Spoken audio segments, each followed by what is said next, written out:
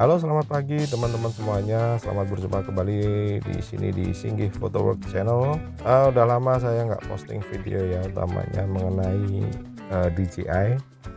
Yang kemarin beberapa bulan terakhir saya memang agak kurang nggak ada waktu lah untuk bikin konten seperti ini. Akhirnya kemarin cuman bisa ada upload video beberapa tentang pekerjaan, ada yang tentang apalah yang singkat-singkat ya, video short gitu ya.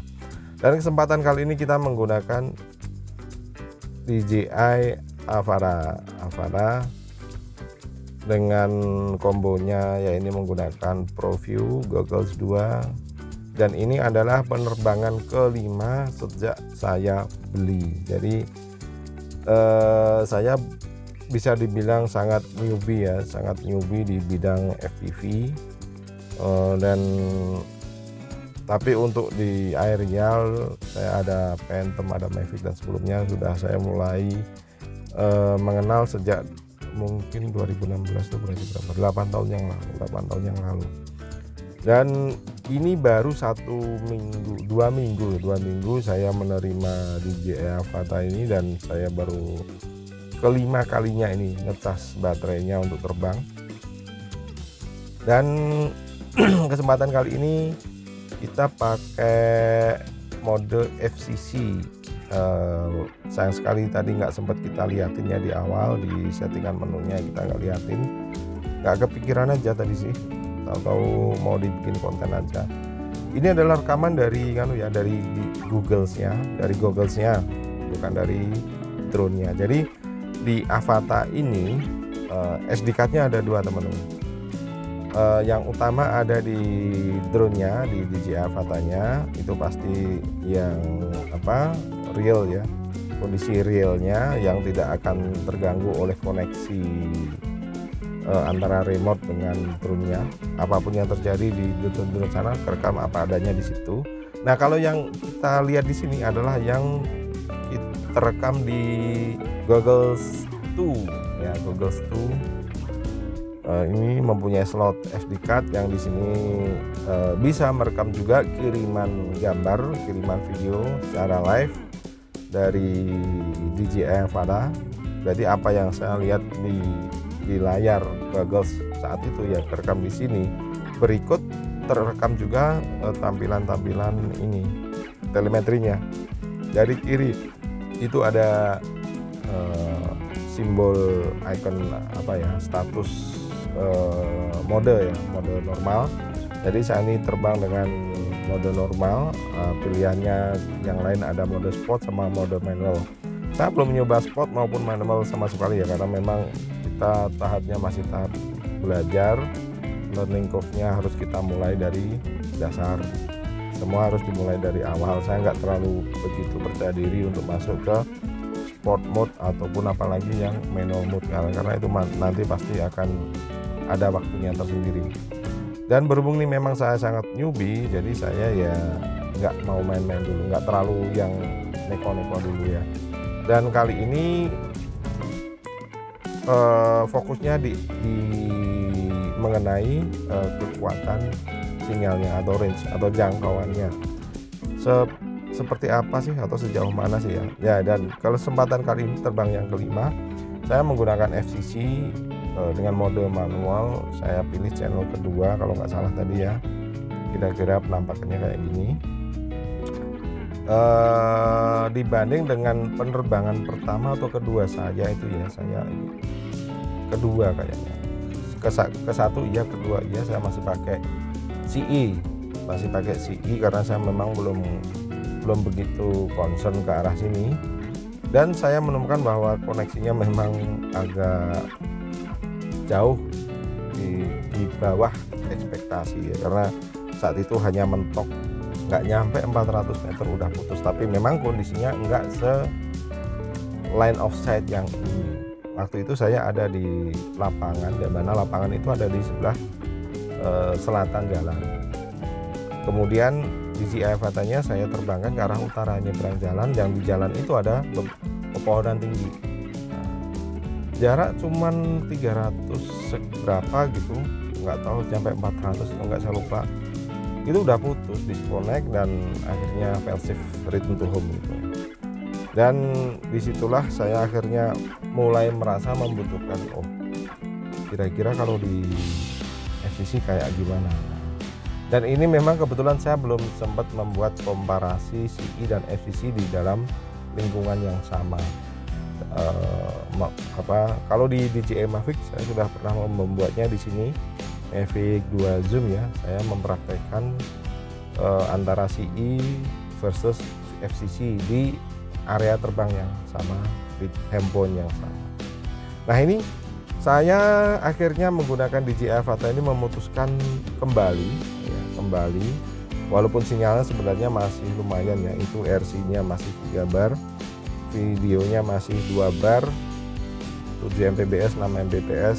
Nah, ini saya memutuskan untuk kembali bukan karena putus sinyal ya teman-teman, tapi lebih kepada baterainya. Ya, saya sudah pada 4 penerbangan berikutnya saya hanya mendapatkan tidak pernah lebih dari 15 menit. Jadi rata-rata itu ya antara 10, 11, 12 itu. Jadi dengan ini kita sudah mencapai jarak durasi 6 menit ya, agak ke atas kanan, agak ke atas tengah-tengah itu durasi sejak take off ya, menjelang take off sudah 6 menit sekian. Jadi mau nggak mau saya harus balik karena pertimbangan berarti ini sudah separuhnya dari rata-rata flight time yang sudah kita dapat di 4 penerbangan berikutnya, yaitu hanya sekitar 12 menit. Nah, walaupun ya secara klaim di atas kertas advertisingnya menyebutkan sampai 19 menit, nah, saya sih ngira itu 19 menit mungkin dikuras sampai habis, sampai 0% gitu ya. Padahal itu juga kita nggak akan jadikan itu kebiasaan sehari-hari ya, itu nggak baik untuk baterainya. Jadi kita punya target sudah landing itu di kisaran sisa baterai 20-25%. Itu kita harus sudah selesai. Nah seperti biasanya, dan itu hanya sampai durasi ke 11 atau 12 menit. Nah ini kita putuskan untuk balik karena sudah baterainya udah separuh jalan lebih. Nanti kita kita buktikan sampai landing sisanya masih berapa ya. Nah terus selain itu apa yang perlu kita ulas ya teman-teman terkait DJI Avata ini. Dan terus terang selain video saya yang ini, mungkin di luar banyak video yang mereview DJI Avata sejak pertama kali launching, mungkin sudah banyak pilihan. Mungkin video saya ini nggak ada artinya apa-apa ya, dan ya hanya sekedar ikut nge-share lah. Kalau siapa tahu yang kayak gini belum ada yang bahas ya kan, tampilan apa adanya langsung dari Google. Jadi saya nggak ngedit apapun ya, ini ya cuman saya tambahin audio aja, nggak saya potong-potong, nggak saya sambung-sambung. Jadi teman bisa perhatikan kira-kira penampakan di dalam goggles-nya itu seperti apa. Mungkin kan kalau teman-teman ngelihat penampakan di luar goggles, hasil terbangnya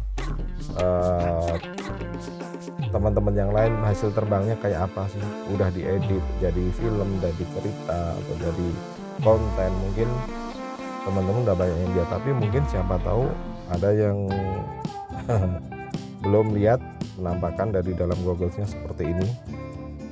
Tapi ya pasti ada juga sih ya, yang konten luar negeri juga udah banyak yang bikin penampakan dari dalam goggles.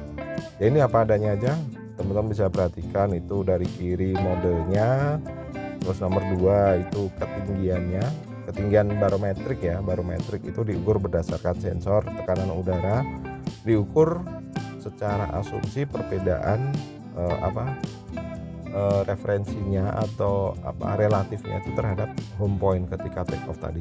Nah, bukan kepada posisi aktual kondisi permukaan tanah yang ada di bawahnya saat ini, bukan, tapi berdasarkan posisi take off ya. Itu sebelah kiri, paling kiri ya, itu ketinggian barometrik menggunakan sensor barometer.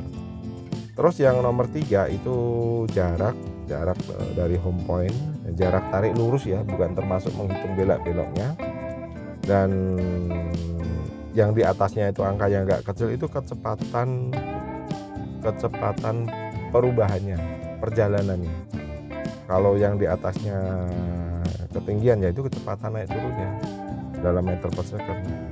Kalau yang di atasnya jarak itu jarak horizontalnya, kecepatan horizontalnya. Kemudian yang warna orange ini dia kadang orange, kadang merah, kadang putih. Itu jarak aktual kepada permukaan yang ada di bawahnya saat itu.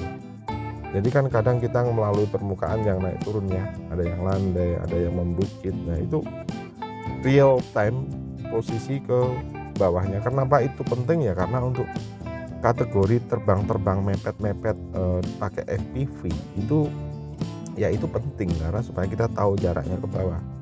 Seperti itu. Kadang merah, kalau merah itu terlalu mepet, terlalu rendah. Jadi warning buat kita. Kalau putih aman, kalau orange ya masih normal ya.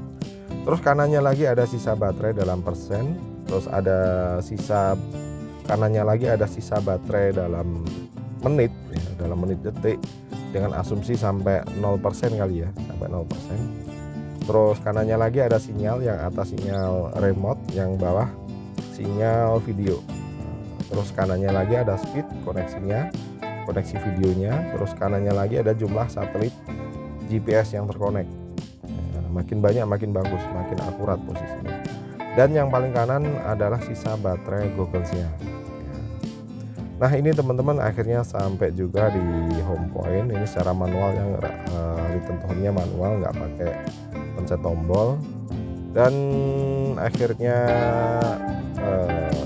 cukup sekian yang bisa kita sampaikan, semoga bermanfaat.